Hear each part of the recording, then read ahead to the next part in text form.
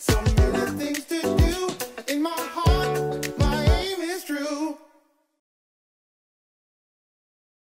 Rapidement, pour ceux qui ne connaissent pas Michel Auder, vous le présentez. Donc, il est né en 1945 en France, à Soissons exactement. Qu'il d'abord était photographe, puis il a commencé au milieu des années 60 à réaliser des films. Notamment, il était très très proche de la bande de Garel et du groupe Zanzibar, auquel il a contribué. Et puis, en 1967-68, il rencontre les acteurs de Warhol qui étaient de passage à Paris. Il réalise un film qui s'appelle Keeping Busy et tombe amoureux de Viva, que vous avez vu très souvent dans le film qu'on vient de projeter. Et il s'installe avec elle en 1969 à New York, au Chelsea Hotel. Et puis à partir de là, il devient témoin et participant de toute la vie new-yorkaise de cette époque, qu'il filme beaucoup, qu'il documente.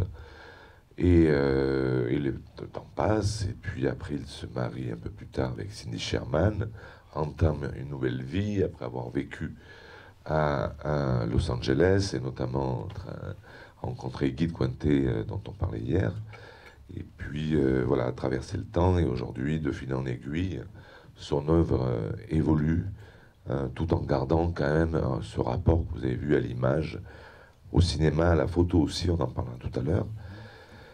Et moi, j'ai juste une première question, mais qui est liée en fait au film qui a été projeté hier, qui s'appelle Cléopâtra, qui est un film essentiel pour Michel Auder, parce que voilà, c'est un petit peu, en tout cas à mon avis, celui qui synthétise le plus le cinéma de Michel Auder, et en même temps, c'est son dernier film. Il s'est arrêté de faire du cinéma à cause du film. Est-ce que donc tu peux raconter un petit peu l'histoire de ce film? Enfin,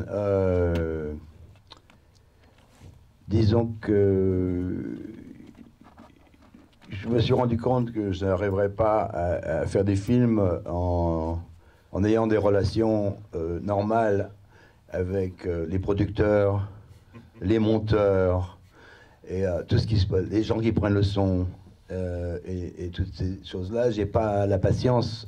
Et je voyais très bien que déjà Andy Warhol avait utilisé une caméra qui s'appelait Oricon, où le son était déjà optiquement passé sur les bandes, donc il avait juste à faire développer le film, et le film venait avec le son. Et puis quand j'ai fini Cléopâtra, il y a eu des disputes avec les producteurs, comme d'habitude. Henri Langlois m'a invité à venir le présenter à Cannes, mais pas à Cannes pour le Cannes normal, pour je sais pas la quinzaine des réalisateurs ou je sais pas quoi, un truc comme ça, je me souviens plus. Et je me suis disputé avec le producteur qui m'a dit que le film n'était pas fini. Moi, je lui ai dit que le film était fini. Quand je dis qu'il est fini, ça veut dire qu'il est fini. Et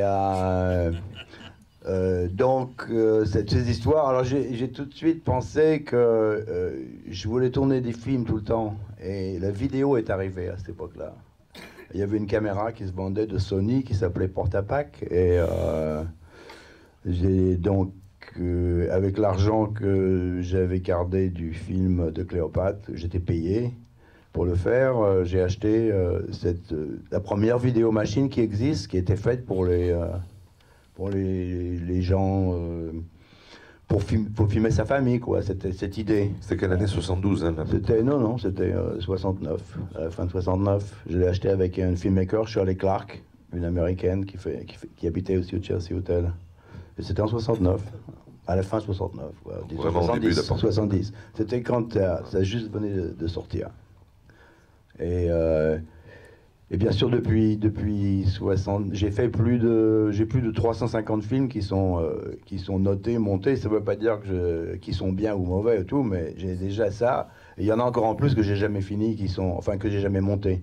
Mais j'ai pu donc utiliser cette idée de faire des films presque tous les jours, ou quand j'ai envie, quoi. Et au moins aussi d'enregistrer, de prendre des notes sur ce que je vois, sur les gens autour de moi, la télévision, on filmait tout, et après je classifie toujours, je fais toujours ça. Mais maintenant, j'en viens à travailler avec mon téléphone. Les derniers films, j'ai un show que j'ai à New York qui s'est ouvert la semaine dernière. Et le travail est entièrement fait avec ça. Donc je m'adapte avec les techniques qui passent tous les 5 ans. Avec la vidéo, ils abandonnaient les machines que j'utilisais et ils en amenaient des nouvelles. Et puis celles qu'ils avaient fait avant, on ne pouvait plus jamais s'en servir. Alors j'ai passé mon temps à reproduire les films avec les nouveaux systèmes. Et les systèmes disparaissaient et ainsi de suite. Je suis comme une espèce de ma propre secrétaire qui n'arrête pas de regarder les trucs et de copier mes films sur d'autres films, ainsi de suite. C'est l'angoisse totale. C'est très ennuyeux et je ne vous le recommande pas. Et puis maintenant, finalement, nous sommes arrivés à l'époque numérique. Et ça a été encore une grande histoire avec en 2000, où après j'ai abandonné les mini-DV, les vidéo 8 et les VHS et tout ça. On a recommencé à remettre tout ce truc sur numérique. Et je pense que maintenant, ça va rester encore un peu, quoi. Bon. Jusqu'à temps que je disparaisse, ça va rester numérique, j'ai plus à faire ça. J'ai plus que maintenant à mettre tout dans des... Comme une secrétaire aussi pour moi, à mettre des noms, des folders, des machins, des trucs. Toute la journée, je passe assis devant des écrans de télévision et je regarde mes trucs. Enfin, finalement, toute la somme de tous les vidéos que j'ai fait, il y en a, je sais pas, 5000, un truc comme ça, elles sont à peu près 75% sont dans l'ordinateur, et ça devient un langage pour moi. Je peux utiliser des choses qui ont été faites, qui n'ont rien à voir avec... j'utilisais des bouts de sons et tout ça, et je refais des nouvelles histoires qui n'ont rien à voir avec les bandes originales qui ont été tournées. Alors je pêche toujours dans ce que j'ai, et je réécris des choses dont j'ai envie de parler.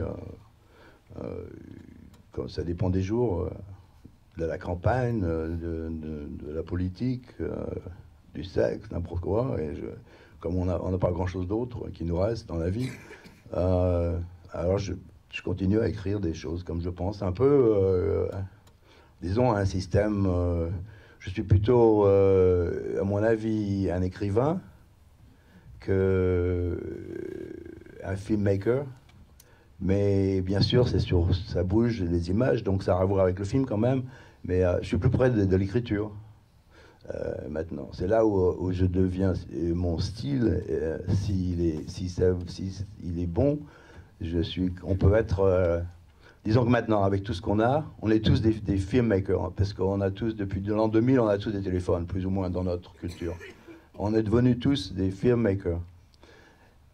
En 1900, je ne sais pas combien avant, on a été obligé d'aller à l'école, c'était la loi, on est tous devenus des écrivains. Tous devenus des mauvais écrivains, et on est tous des mauvais filmmakers maintenant. Mais il y en a quelques-uns qui deviennent intéressants et qui ont un style particulier, et qui seront comme Flaubert, ou comme, je sais pas, je veux dire, aussi intéressants. On arrive à fabriquer des films qui n'ont rien à voir avec le système cinéma qu'en général, on projette dans ces cinémas ici. J'ai rien contre eux, mais je veux dire, nous, ce qu'on fait, c'est quelque chose de complètement différent.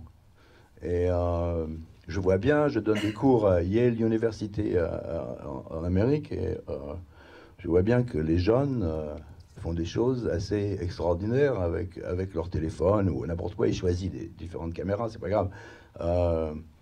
Mais c'est maintenant, 2018, 2019 et ainsi de suite, on arrive dans un nouveau système de pouvoir d'expression avec le son et l'image. Ça n'empêche pas que le formula Hollywood et tout ça va disparaître, ou ce qui font des choses intéressantes. Mais ça, c'est complètement différent, quoi. Voilà. Juste une dernière question avant de passer la parole peut-être au public. Tu as participé à la dernière documenta. Est-ce que c'était quand même une énorme installation? Est-ce que tu peux en parler un petit peu, son origine et son contenu? Disons que il y a aussi d'autres moyens de présenter les films, quelquefois. Alors, Peut-être parce que depuis longtemps, je donne des cours avec des jeunes étudiants.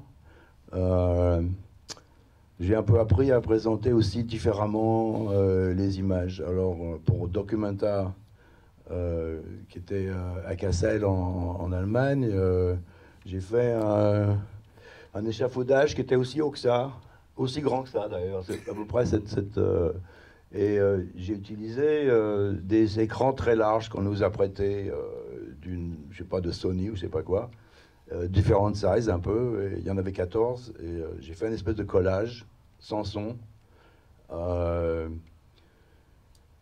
Il faut regarder les images un peu, je sais même plus en parler, parce que c'est assez nouveau, et c'était très compliqué à faire. Enfin, c'était bien, parce que documentaire, il y a des ingénieurs, il y a des gens qui le font pour vous, alors vous asseyez sur une chaise.